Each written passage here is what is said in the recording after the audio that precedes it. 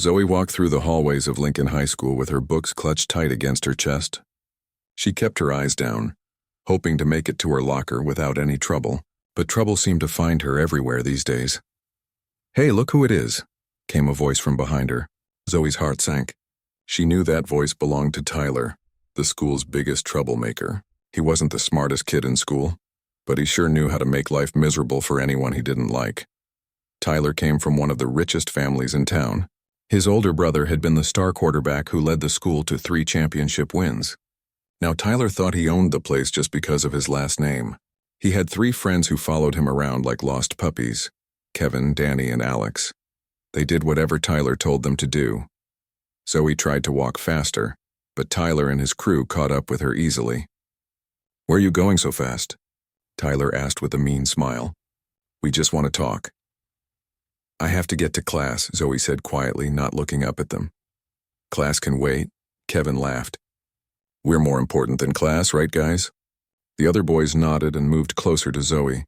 She felt trapped between them and the lockers. Other students walked by, but nobody stopped to help. They all knew better than to get on Tyler's bad side. This had been going on for weeks now. It started small. Tyler would bump into Zoe in the hallway and not say sorry. Then he began making comments about her clothes or her hair. Soon his friends joined in, and the comments got meaner. Zoe had tried talking to her teachers about it. Mrs. Peterson, her English teacher, listened with a kind face and said she would look into it, but nothing changed. Mr. Williams, the vice principal, barely looked up from his paperwork when Zoe tried to explain what was happening. "Kids will be kids," Mr. Williams had said with a shrug. "Maybe you're being too sensitive. Tyler comes from a good family. His parents donate a lot of money to our school programs. That was the problem. Tyler's family had money, and money talked in this town. They paid for new football uniforms, computers for the library, and even helped build the new gym. So when Tyler got in trouble, it somehow disappeared. When other kids complained about him, adults found reasons not to believe them. But Zoe wasn't making things up. Every day, Tyler and his friends found new ways to bother her. They would knock her books out of her hands by accident. They would sit at her lunch table and make loud comments about how she didn't belong there. They would follow her to her car after school, laughing and pointing. The worst part was that Zoe used to love school. She was good at her classes and had dreams of going to college. She wanted to study marine biology and maybe work with dolphins someday. But now school felt like a prison where she counted the minutes until she could escape. Her mom noticed that something was wrong.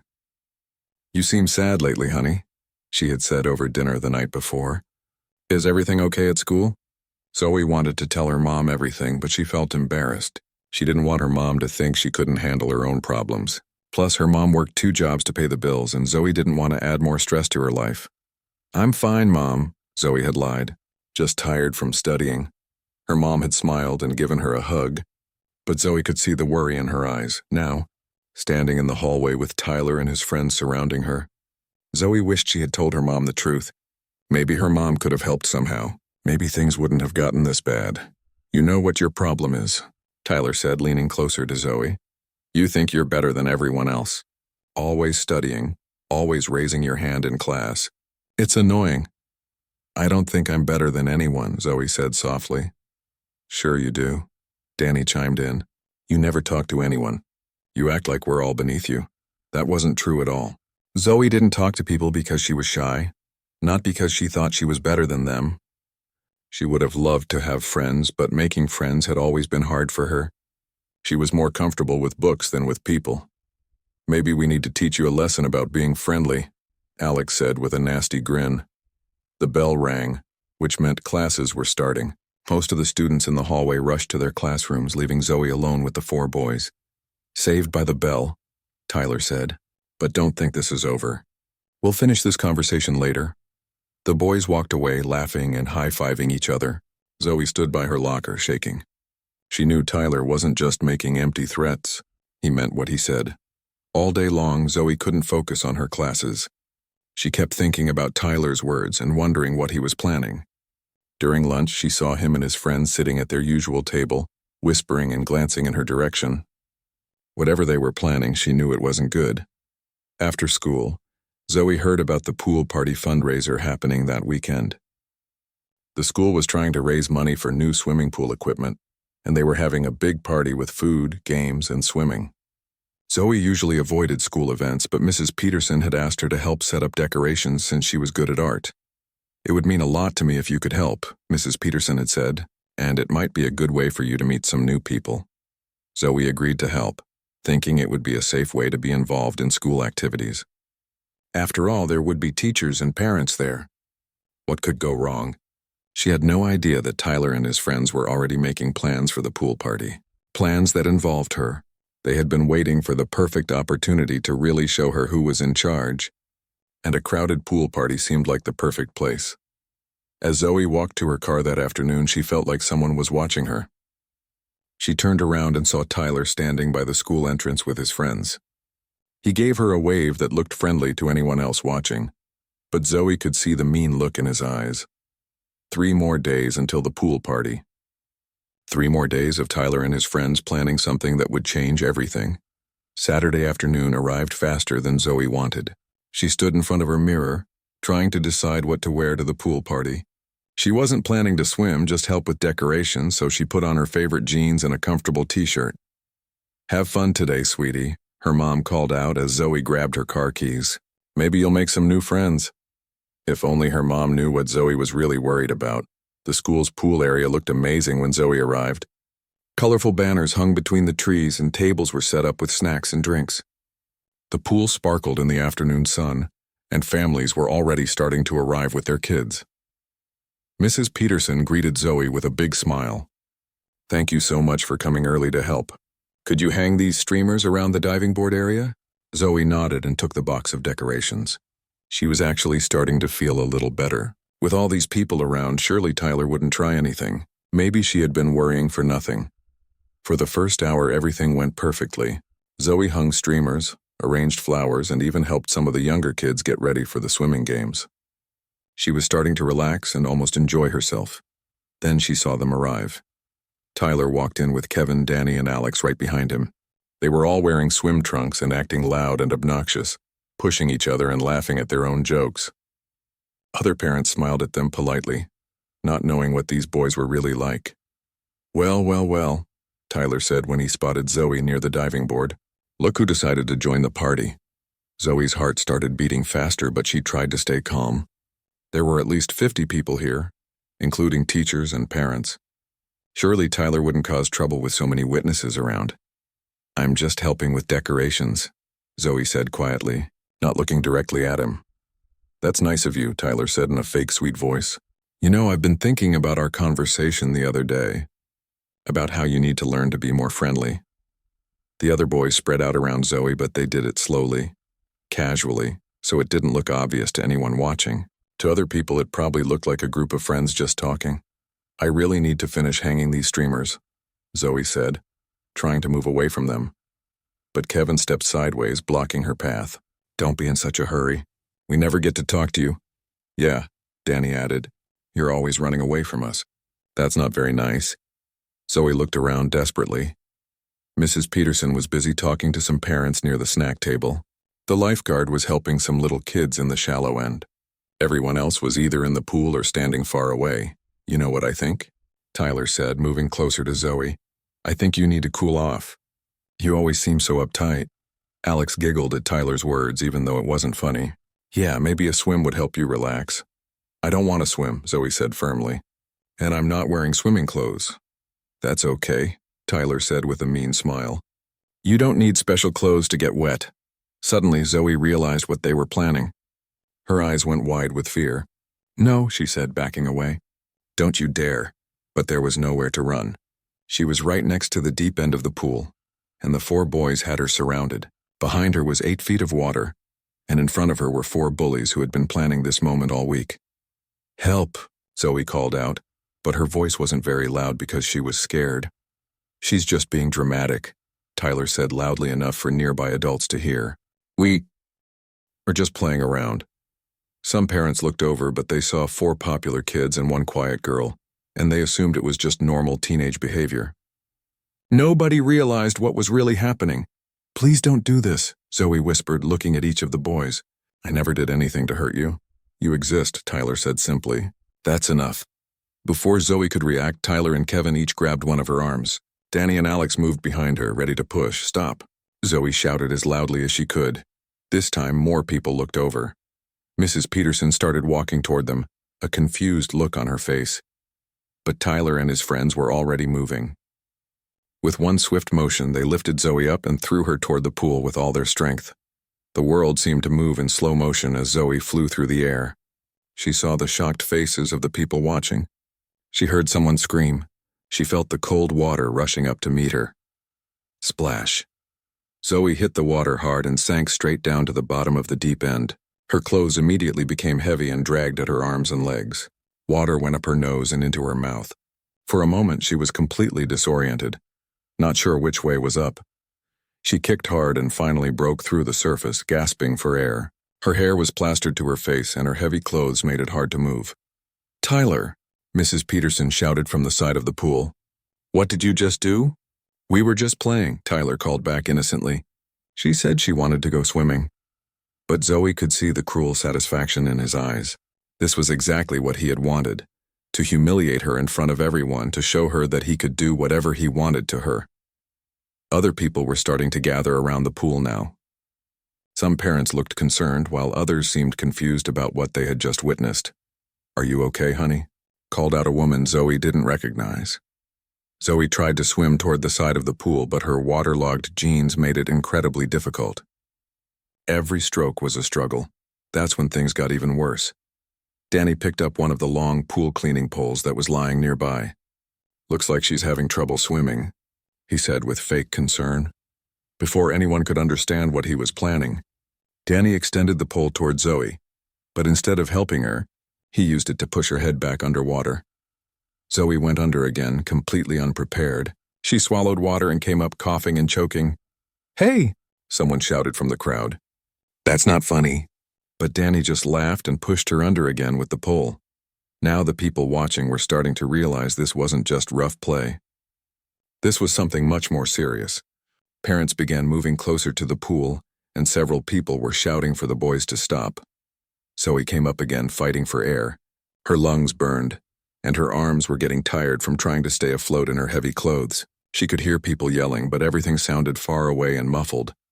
Kevin had grabbed another pool pole and was helping Danny keep Zoe underwater. Tyler and Alex stood at the edge, cheering them on like this was some kind of game. "Stop it right now," Mrs. Peterson yelled as she ran toward them. "You're going to hurt her." But the boys were too caught up in their cruel game to listen. For weeks they had been building up to this moment. All their smaller acts of bullying had been leading here, to this chance to really show Zoe who was in charge. Zoe went under for the third time, and this time she stayed down longer. The crowd of parents and students watching had gone from confused to alarmed to downright panicked. "Someone call 911. A man shouted. "Get those boys away from her," screamed another parent. But Zoe was running out of strength to fight back. The water that had seemed so sparkly and inviting when she first arrived now felt like a trap. Her clothes felt like they weighed 100 pounds, and every breath was a struggle. What Tyler and his friends didn't know was that Zoe had a secret. Something she had never told anyone at school. Something that was about to change this whole situation in a way none of them expected. As Zoe sank toward the bottom of the pool again, something inside her finally snapped. She had tried being quiet. She had tried avoiding trouble. She had tried telling adults who didn't listen. Now it was time to try something different. As Zoe sank beneath the surface for what felt like the 100th time, something changed inside her. The fear was still there, but it was now mixed with something else. Anger. Pure, burning anger at Tyler and his friends for thinking they could do this to her. Anger at the adults who had ignored her pleas for help. Anger at herself for letting it get this far. But more than anger, there was muscle memory. What nobody at Lincoln High School knew about Zoe was that she hadn't always been the quiet, shy girl who kept to herself.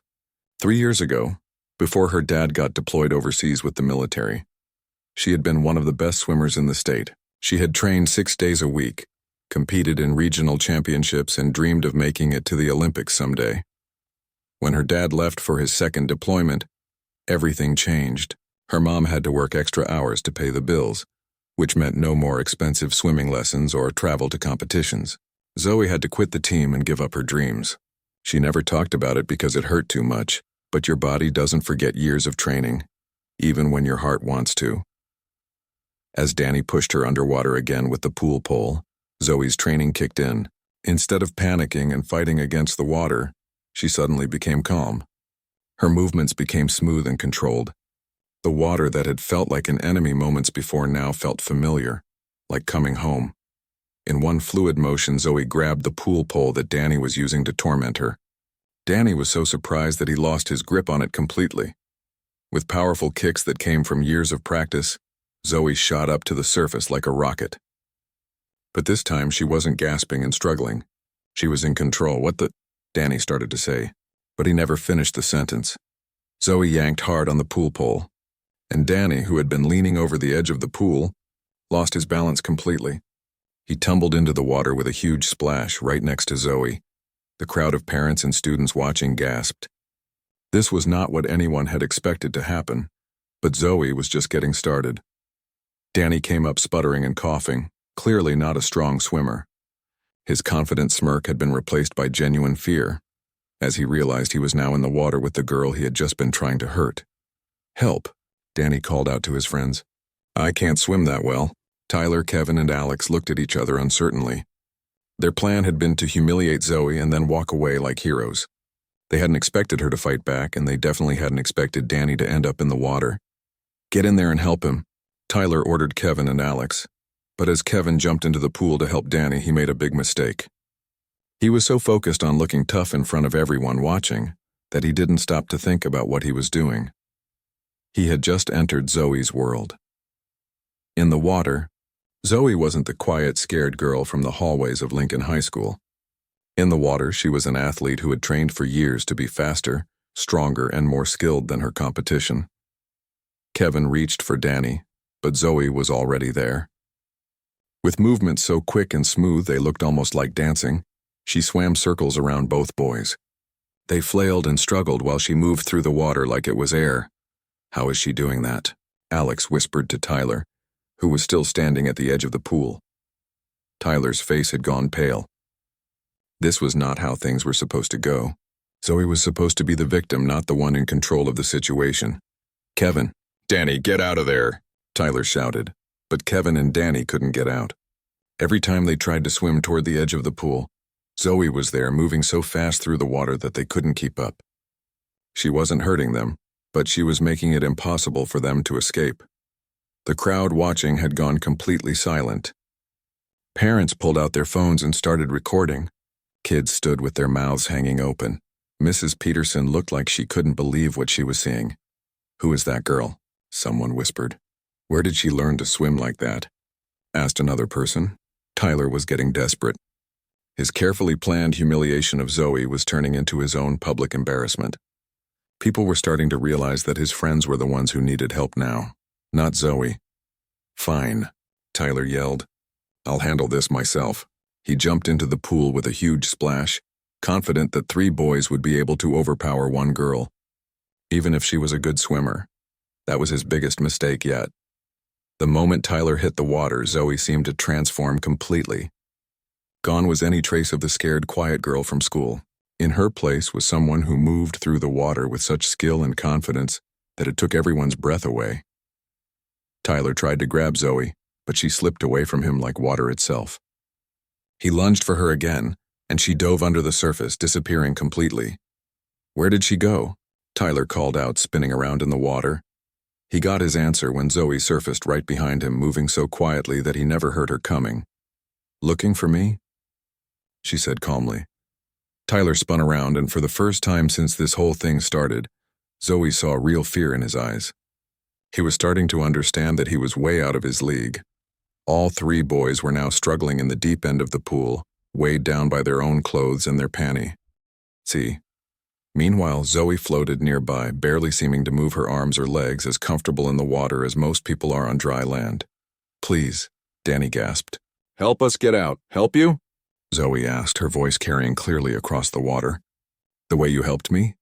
The crowd watching was completely captivated now. Some people were cheering for Zoe, while others were calling for someone to help the boys. But nobody knew quite what to do. The lifeguard had started to move toward the pool. but even he seemed unsure about jumping into the middle of this situation. "This isn't fair," Kevin shouted. "It's 3 against 1. "You're right," Zoe replied calmly. "It's not fair. It wasn't fair when you threw me in here either. It wasn't fair when you tried to hold me underwater. It wasn't fair when you spent weeks making my life miserable." She paused, floating effortlessly while the 3 boys struggled to keep their heads above water. "But you know what the difference is between you and me?" she continued. "When I have the power to hurt someone, I choose not to use it."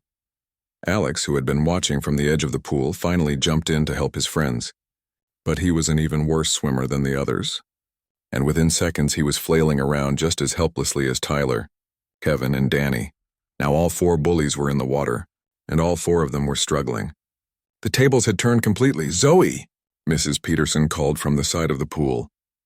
"Are you okay? Do you need help?" Zoe looked up at her teacher and smiled. The first real smile anyone at school had seen from her in months. "I'm fine, Mrs. Peterson," she called back. Better than fine, actually, and she was. For the first time in weeks, Zoe felt like herself again. Not the scared, quiet girl who tried to make herself invisible in the hallways. Not the victim who let bullies push her around. She was Zoe the swimmer. Zoe the competitor. Zoe who had once dreamed of the Olympics and still had all the skills to back up those dreams. The 4 boys in the water, with her, were about to learn just how much they had underestimated her. The scene in the pool had become something nobody could have imagined.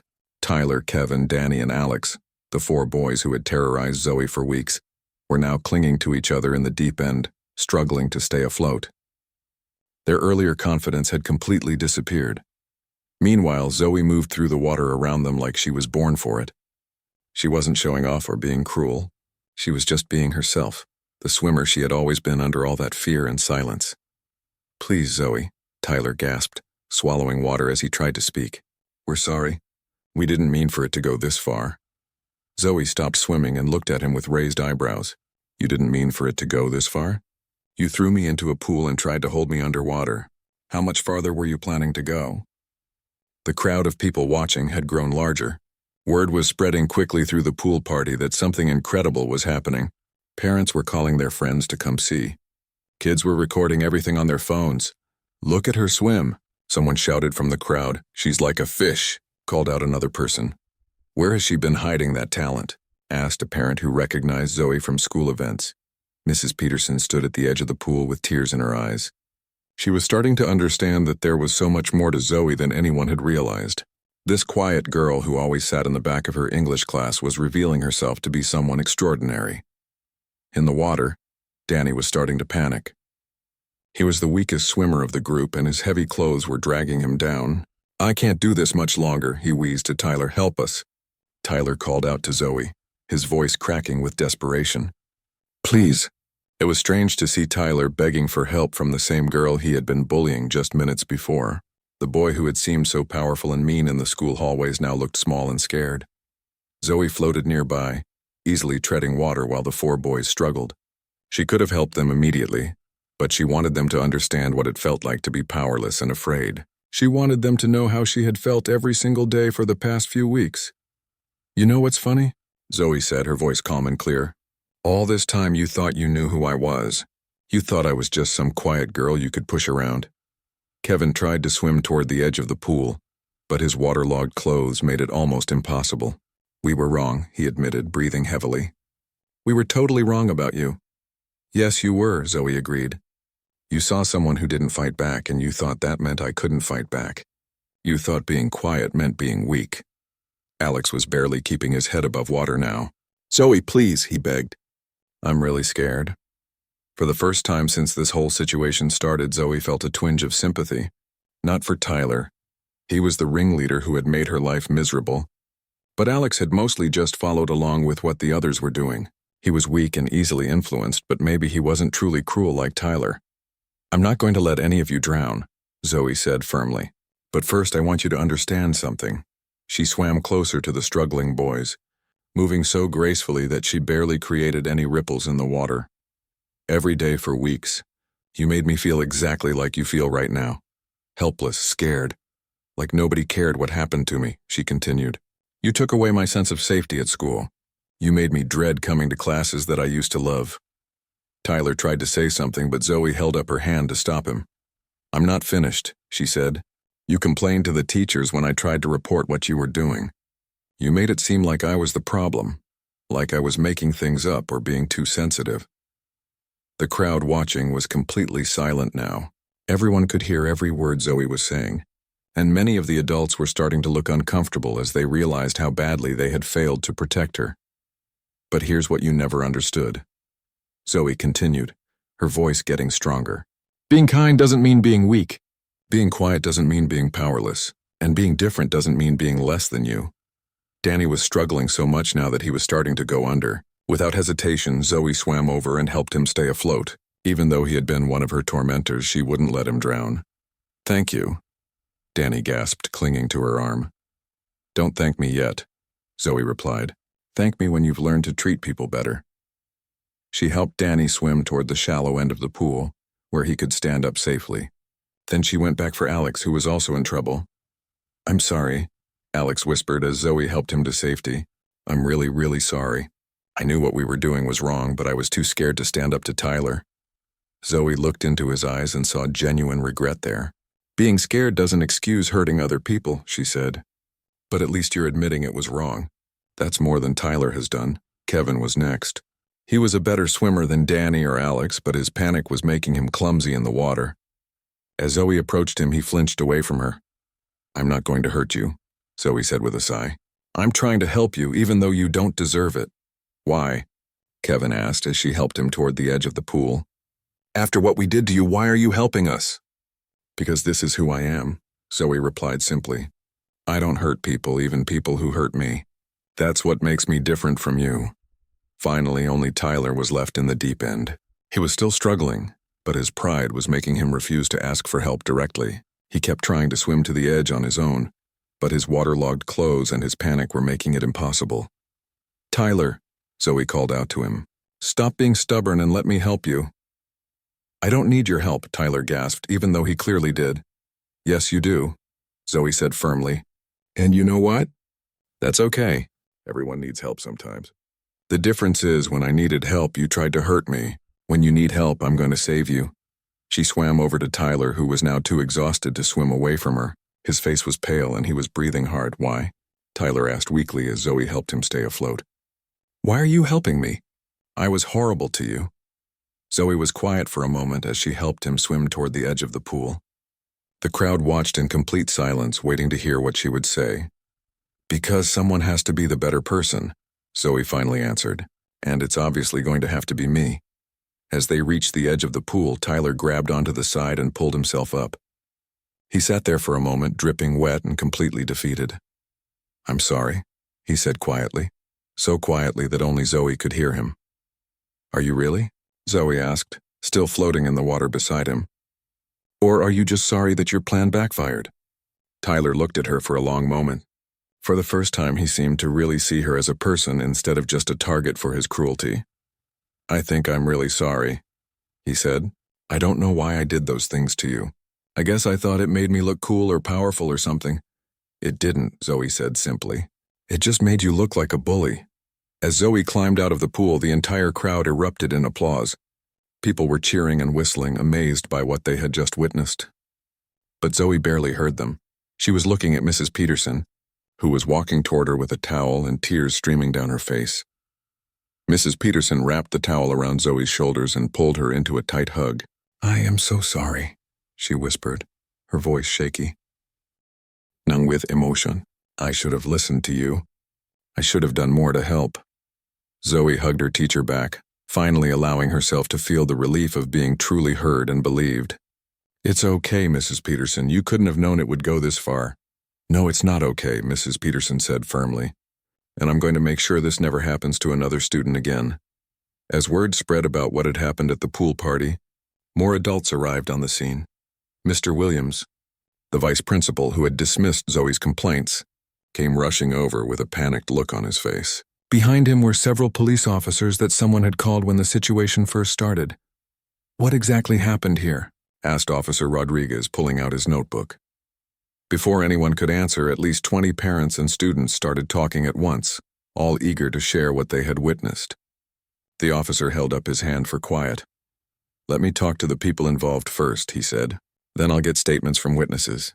Tyler, Kevin, Danny, and Alex sat dripping wet on pool chairs, looking miserable and embarrassed. Their earlier arrogance had completely disappeared. They looked like four scared kids who had gotten in way over their heads. "Ma'am, are you the victim here?" Officer Rodriguez asked Zoe gently. "I suppose I am," Zoe replied, "though I'm not sure I feel like a victim anymore." The officer smiled slightly at that. "Can you tell me what happened?"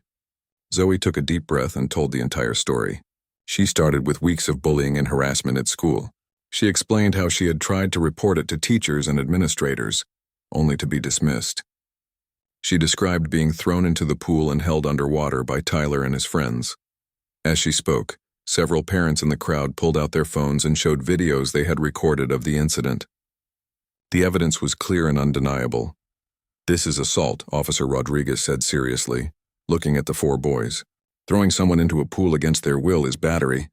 Holding someone underwater could be attempted drowning, which is a very serious felony charge." Tyler's face went completely white. "We didn't mean to really hurt her," he said desperately. "We were just messing around." "Messing around?" Mrs. Peterson spoke up angrily. "You could have killed her. What if she couldn't swim?"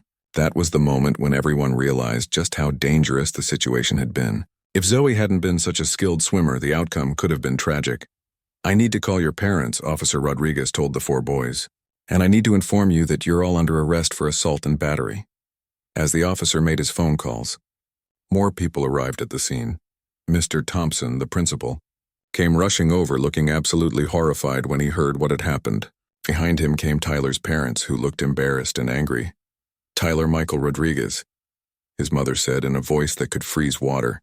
"What have you done?" Tyler's father looked even angrier. "We raised you better than this. How could you attack another student?" For the first time, Zoe saw Tyler's parents actually holding him accountable for his behavior instead of making excuses for him. It gave her a small sense of satisfaction. Danny and Alex's parents arrived next, followed by Kevin's mom. All of them looked shocked and disappointed in their sons. The days of these boys getting away with bad behavior because their families had money or influence were clearly over. "Zoe," Principal Thompson said, approaching her carefully, "I owe you a huge apology. I should have taken your complaints more seriously. This is a complete failure on our part." "Yes, it is," Zoe agreed, not letting him off the hook easily. "How many other students have tried to report bullying only to be ignored because the bullies come from important families?" Principal Thompson looked uncomfortable, but he nodded. "You're absolutely right. We need to completely overhaul our anti-bullying policies. Will you help us figure out how to do better?" Before Zoe could answer, a new voice spoke up from the crowd. "Excuse me, are you Zoe?" asked a woman in a business suit who had just arrived. "Yes," Zoe replied cautiously. "I'm Jennifer Park from Channel 7 News. Someone posted a video of what happened here on social media, and it's already going viral. Would you be willing to do an interview about bullying in schools?" Zoe looked around at all the people staring at her. A few hours ago, she had been the quiet girl nobody noticed. Now she was the center of attention, and people wanted to hear her story. "Maybe later," she said. "Right now I just want to go home." But Mrs. Peterson had other news for her. "Zoe, I made some phone calls while the police were talking to those boys. I called Coach Martinez from the community college. She coaches their swim team, and she's heard about what happened here today." "Okay," Zoe said, not sure where this was going. "She wants to offer you a full scholarship to swim for their team," Mrs. Peterson said with a huge smile. "Apparently, several people have sent her videos of you swimming today. She says you have Olympic-level potential."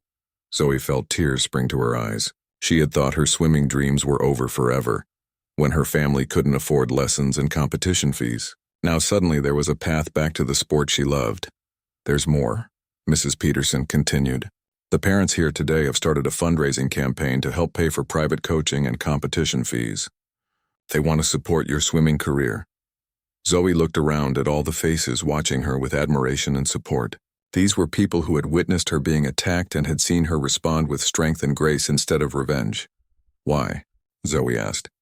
"Why would strangers want to help me?" "Because you showed us something amazing today," said one of the parents. "You showed us what real strength looks like. You had every right to be angry and vengeful, but instead you chose to be better than that. You saved those boys even after they tried to hurt you," added another parent. "That takes a special kind of character." Officer Rodriguez finished processing the 4 boys and turned back to Zoe. They're going to be charged and will have to appear in court. You'll probably be asked to testify about what they did to you. Will they go to jail? Zoe asked.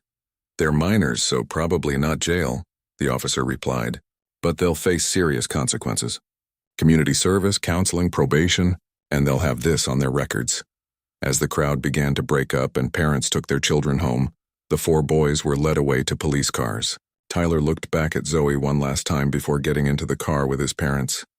I really am sorry, he called out to her. Zoe nodded but didn't reply. She hoped he meant it, but only time would tell if Tyler would really change his ways. 3 months later, Zoe stood on the starting blocks at the state swimming championships. She was wearing the colors of Riverside Community College, and her times had improved so much that college recruiters were already interested in her. In the stands, she could see her mom cheering wildly. Next to her sat Mrs. Peterson, Principal Thompson, and several of the parents from that day at the pool party.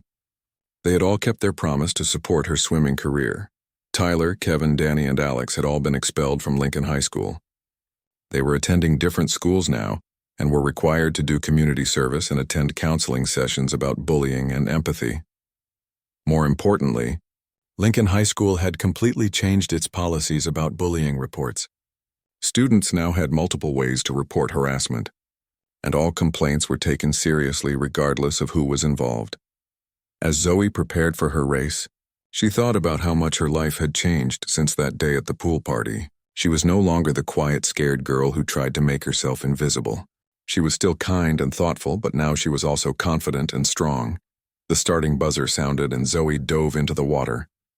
As she swam toward the finish line, she wasn't just racing against other swimmers. She was swimming toward a future full of possibilities that she had never imagined. Behind her, she left the girl who had been afraid to stand up for herself. Ahead of her was a young woman who knew that being different wasn't something to hide from. It was something to celebrate. And in the pool, she was exactly where she belonged.